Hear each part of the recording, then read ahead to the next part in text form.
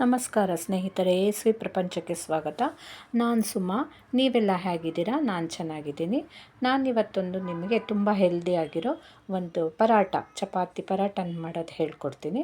ಇದು ನುಗ್ಗೆ ಸೊಪ್ಪಿಂದು ತುಂಬಾ ಒಂಥರ ಸ್ಪೆಷಲ್ ಅಂತ ಹೇಳ್ಬೋದು.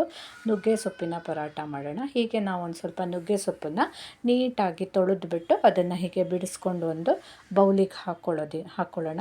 ಆಮೇಲೆ ನಾನು 1 ಬೈ 1 ಅದಕ್ಕೆ ಏನೇನು ಹಾಕಬೇಕು ಮಸಾಲೆಗಳು ಅಂತ ನಿಮಗೆ ಹೇಳ್ತಾ ಹೋಗ್ತೀನಿ. ನೋಡಿ, ಹೀಗೆ 1 ಸ್ಪೂನ್ ಆಗಷ್ಟು ಅಥವಾ ನಿಮ್ಮ ರುಚಿಗೆ ತಕ್ಕಷ್ಟು ಉಪ್ಪು ಹಾಕ್ಕೊಡಿ.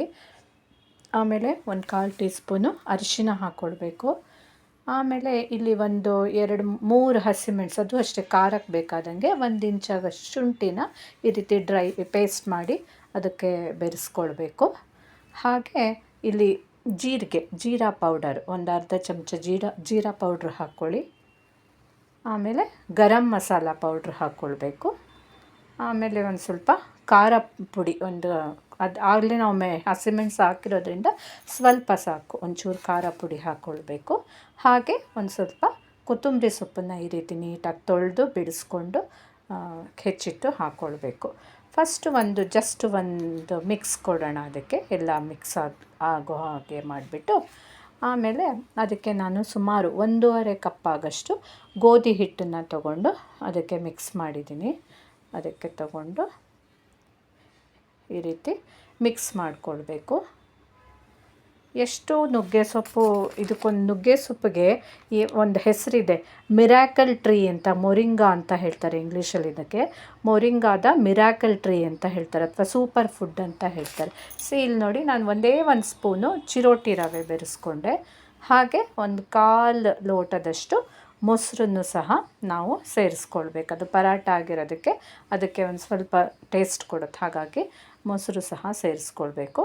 ಆಮೇಲೆ ಅದನ್ನೆಲ್ಲ ಈ ರೀತಿ ಮಿಕ್ಸ್ ಮಾಡಿಕೊಂಡು 1 ಸ್ಪೂನ್ ಎಣ್ಣೆನೂ ಸೇರಿಸ್ಬಿಟ್ಟು ನೀಟಾಗಿ ನಾವು ಅದನ್ನು ಕಲಸಿ ಇಟ್ಕೊಳ್ಬೇಕು. ಈಗ ನಾನು 1 ಇಂಗ್ರೀಡಿಯೆಂಟ್ ಮರೆತು ಬಿಟ್ಟಿದ್ದೆ, ಎಳ್ಳು ಹಾಕಬೇಕಿತ್ತು. ಆ್ಯಕ್ಚುಲಿ ಸೊಪ್ಪೆಲ್ಲ ನಾವು ಬೆರೆಸ್ಕೊಳ್ಳುವಾಗಲೇ ಹಾಕ್ಬಿಟ್ರೆ ಈಸಿ. So no problem. ಈಗಲೂ ಅದಕ್ಕೆ ನಾನು ಮೇಲಿಂದ ಹಾಕ್ಕೊಂಡು ನೀಟಾಗಿ ಮಿಕ್ಸ್ ಮಾಡ್ಕೊಂಡ್ಬಿಟ್ಟು ಆಮೇಲೆ ಅದನ್ನು ಉಂಡೆ ಮಾಡಿಬಿಟ್ಟು ನಾವು ಆ್ಯಸ್ ಯೂಶ್ವಲ್ ಪರಾಟ ಎಲ್ಲ ಹೇಗೆ ನಾವು ಲಟ್ಟಿಸ್ತೀವೋ ಅದೇ ರೀತಿ ಹೀಗೆ ಲಟ್ಟಿಸ್ಕೊಂಡ್ಬಿಟ್ಟು ಒಲೆ ಮೇಲೆ, ತವಾ ಮೇಲೆ ಅದನ್ನು 2 ಕಡೆನೂ ಚೆನ್ನಾಗಿ ರೋಸ್ಟ್ ಮಾಡಬೇಕು.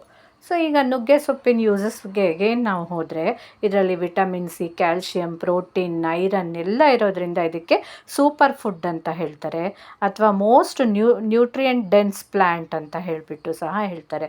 ಸೊ ಇದೇ ಜಾಯಿಂಟ್ ಪೇನ್ಗೆ, ಕಿಡ್ನಿ ಸ್ಟೋನ್ಸಿಗೆ, liver disorder, stomach disorder, nervous system disorder ಎಲ್ಲನೂ ಸಹ ಇದು ಅದು ಎಲ್ಲದಕ್ಕೂ ಯೂಸ್ ಆಗುತ್ತೆ. And also it can prevent even cancer ಅಂತ ಹೇಳ್ತಾರೆ.